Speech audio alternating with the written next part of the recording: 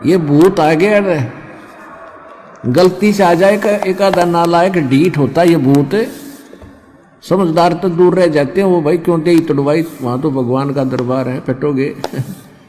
ये एक आधा मूर्ख आ जाए पिट आदत होएगा दी पट्टन की परमात्मा से, तो इनको सूक्ष्म मार पड़ती है भगवान की वाणी से, इसलिए चिल्ला रहे हैं काल के पीड़ित।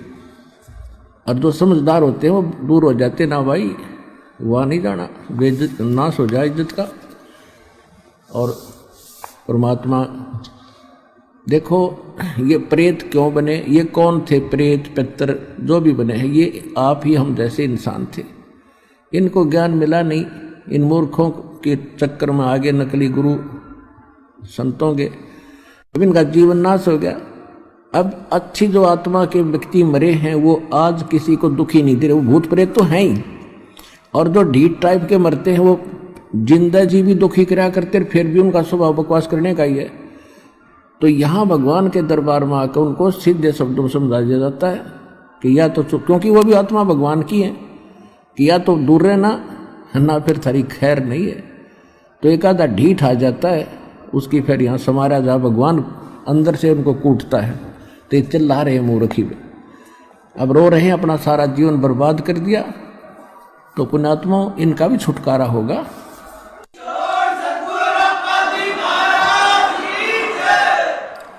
अब इनका भी उद्धार होगा, क्योंकि भगवान की वाणी तो सब पे असर करेगी। उसके बच्चे सारे हैं, जीव जंतु, चिट्टी, हाथी, पशु पक्षी, भूत प्रेत, पितर देवता, ब्रह्मा विष्णु महेश, ये सारे उसी कबीर भगवान के बच्चे हैं। और उनका उद्देश्य सभी का उद्धार करना है। और जो सच्चे दरबार में आकर फिर भी बकवास करें, जैसे कोई चोरी करता है या कोई इस तरह के भूत प्रेत बकवास करता, तो उनको भयंकर यातना मिलेगी फिर भगवान के दरबार में, और इस जीवन में उनको बहुत कष्ट उठाना पड़ेगा। तो इसलिए अब ध्यान से सत्संग सुनो।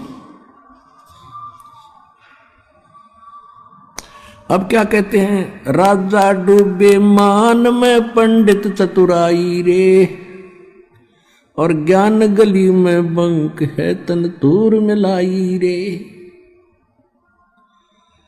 राजा को यानी थोड़ी सी पोस्ट किसी के पास प्राप्त है, सुख का सांस है, टाइम पर टूक मिल रहा है, कोठी कार है, और शाम ने घूटी लाने की माया फालतू मिल जाती है, तो उनको तो अभिमान गणा हो गया, वो तो मालिक के निकट इसलिए नहीं आते। और पंडित जो गुरु पद पर विद्यमान है, उनमें चतुरता गणी आ गई, उनका स्वार्थ हो गया दुनिया को ठग के मूर्ख बनाकर अपने पीछे लगाने का।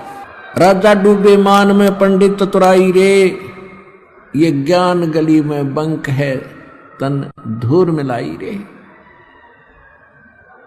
उस साहेब को याद कर जिन सौंज ये सब सौंज बनाई रे, और देखत ही हो जाएगा पर्वत से राई रे।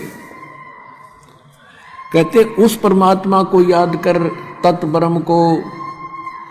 गीता अध्याय नंबर 7 के श्लोक नंबर 29 में गीता ज्ञानदाता कहता है, गीता ज्ञानदाता कहता है कि तत्व ज्ञान के प्राप्ति के उपरांत, तत्वदर्शी संत की प्राप्ति के उपरांत उनको ये ज्ञान हो जाता है कि उस परमात्मा की भक्ति करनी चाहिए।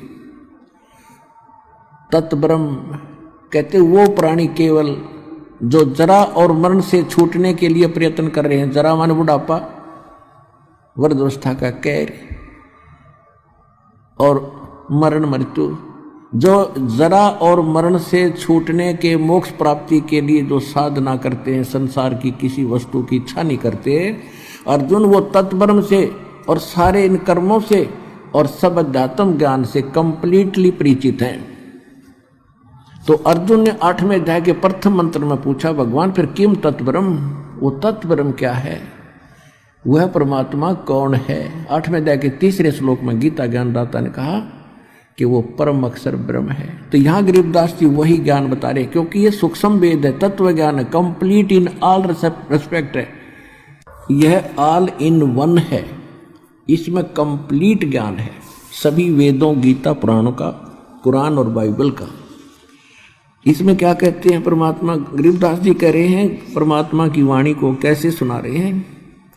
उस साहेब को याद कर जिन सौंज बनाई रे, जिन सब ब्रह्मांडों की रचना की, और देखत ही हो जात है ये पर्वत से राई रे। यानी कितना सुंदर शरीर तेरा, और मृत्यु के बाद इसको फूंक देंगे, ये राख बन जाएगी। ये कुछ भी सांग नहीं है, इसमें अभिमान मत कर। कंचन काया नाश होवे तन ठोक जड़ाई रे, मूर्ख बोंदू बावरे क्या मुक्ति कराई रे। इसे सुंदर शरीर को फूंक कर चला गया हाथ झाड़ के। अरे मूर्ख, तूने क्या पाया इस जीवन से। चमरा जुल्हा तर गए और छिपा नाई रे, गणका चढ़ी विमान में सुरगापुर जाई रे।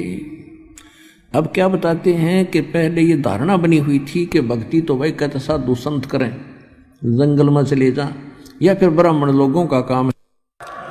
तो गरीबदास जी बता रहे हैं कि जिसको तुम चमार कहा करते रविदास जी, और जुल्हा दान कहा करते परमेश्वर कबीर जी, और नामदेव जी को आप कहा करते हो छिपी जाति में था, छिम्बी जाति में, कहते हुए भी पार हो गए। बोले आदमी तुम भी भक्ति कर लो, सारे पार हो जाओगे। चमरा जुल्हा तर गए वो छिपा नाई रे। नाई कौन? नंदा नाई थे सैन भगत, वो भी भक्ति करके वो भी पार हुए। और गण का चढ़ी विमान में सुरगापुर जाई रे। एक वैसा थी, पहले कर्मानुसार वो गलती कर रही थी बेटी, जब उसको ज्ञान हुआ परमात्मा का, सत्संग सुना, तो त्याग दिए उस कर्म को और भक्ति करी डट के। कहते वो भी पार होगी। तो भाई कहते हैं जैसे साबुन के अंदर एक गुण है, पानी और साबुन के मेल से कितना ही मैला कपड़ा हो स्वच्छ हो जाता है। तो अनजानपणे में हमारे अंतःकरण में कितनी गलतियों का मैल लगा हुआ है, तो सतनाम रूपी साबुन से और सत्संग रूपी जल से ये कति साफ हो जाता है, तो वो कर्म सुधर जाते हैं। अजामेल गण का तेरे और सदन कसाई रे। कहते हैं सच्चे मंत्र तो सही भक्ति से मिल जाती है। तो अजामेल और गण का वैसा जैसे सदना जैसे कसाई भी उधर गए। और नीच तेरे तो से कहूं नरमुड अन्यायी रे, शब्द हमारा साच है और ऊंट की बाई रे, धुएं कैसा धौल हर त्यों लोग चलाई रे।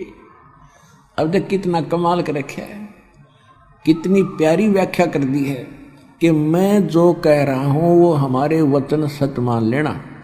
इसके अतिरिक्त जो भी कोई संत और साधु मंडलेश्वर कोई तुम्हें ज्ञान बताता है, वो तो ऊंट की बाई है। जैसे ऊंट पाजा करे, फरड़ फरड़ करें जा, कहते उसका कोई यूज नहीं है। और एक वो बाहर निकाल कर ऊंट क्या करता है कि इतना गुब्बारा सा निकाल लिया ब्लेडर सा बाहर ना, और करो जाओ। कहते हैं ये जो और बकवाद कर रहे हैं वो तो सूखी अरड़ अरड़ है, और हमारा ज्ञान है वो बिल्कुल सत्य मान लेना, 100 का 100 सच्ची है।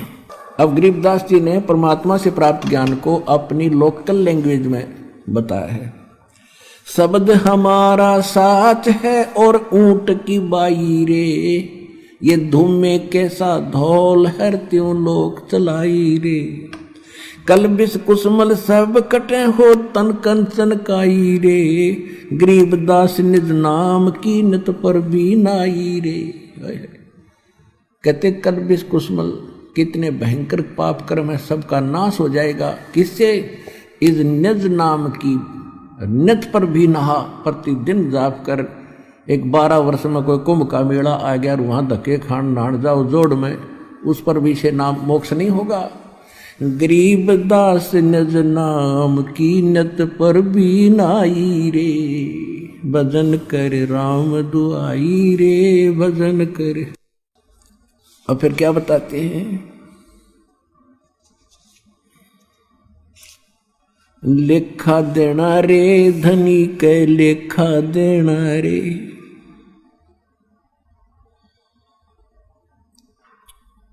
कहते हैं उस परमात्मा के दरबार में आपने एक पल पल का हिसाब देना पड़ेगा। कहते हैं राम न जाना रे मूड नर, राम न जाना रे, कि आपने पहले तो परमात्मा की भक्ति की चेष्टा ही नहीं है, आपको लगन नहीं है, तड़फ नहीं है, और फिर आपने उस राम की पहचान नहीं है जिसकी भक्ति करनी चाहिए। तुम कौन राम का जपते जापम, और ताते कटे न तीनों तापम। ओए होए, तुम कौन राम का जपते जापम, और ताते कटे ना तुमरे तीनों तापम। फिर क्या बताते हैं, भजन करो उस रब का जो दाता है कुल सब का। ओए होए, कहते उस रब का, तत् ब्रह्म की भक्ति करो जो सब का मालिक है। अपने आत्माओं परमात्मा की सूक्ष्म वेद को अब आपको समझाया करेंगे, क्योंकि पहले आपको सदग्रंथों से प्रमाणित करना था हु इज गॉड,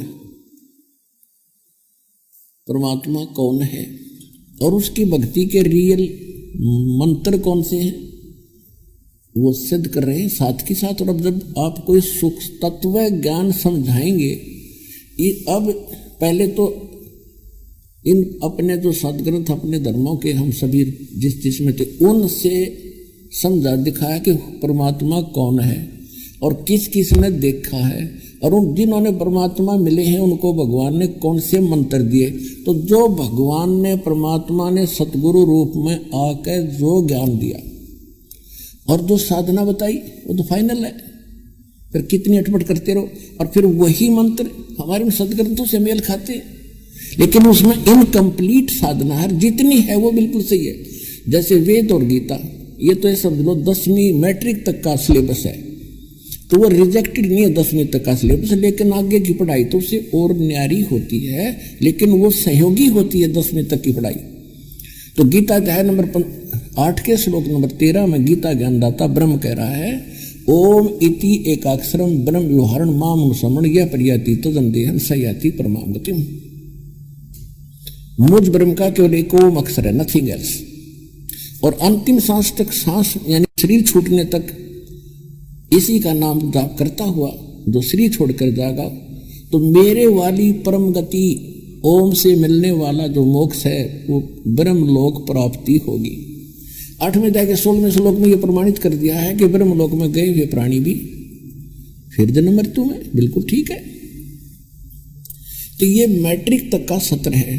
इससे आगे की पढ़ाई 4थे अध्याय के 35वें श्लोक में गीता ज्ञानदाता कहता है कि अर्जुन, इन यज्ञों माने धार्मिक अनुष्ठानों की विस्तार पूर्वक जानकारी परमात्मा स्वयं अपने मुख कमल से आकर बोलता है, उसमें कंप्लीट होता है विस्तार, और वो तत्व ज्ञान है, और वो ऐसा ज्ञान है काम करते करते उसका सब साधना करनी होती है, उसमें कोई और व्यवस्था नहीं है।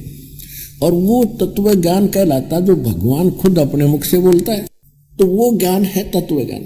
गीता अध्याय नंबर 4 के श्लोक नंबर 34 में कहा कि उस तत्व ज्ञान को तो तत्वदर्शी संतों के पास जाकर समझ, उनको दंडवत प्रणाम करने से, सरलता पूर्वक कपट छोड़कर प्रसन्न करने से वह तत्वदर्शी संत जो उस परमात्म तत्व का ज्ञान कराएंगे।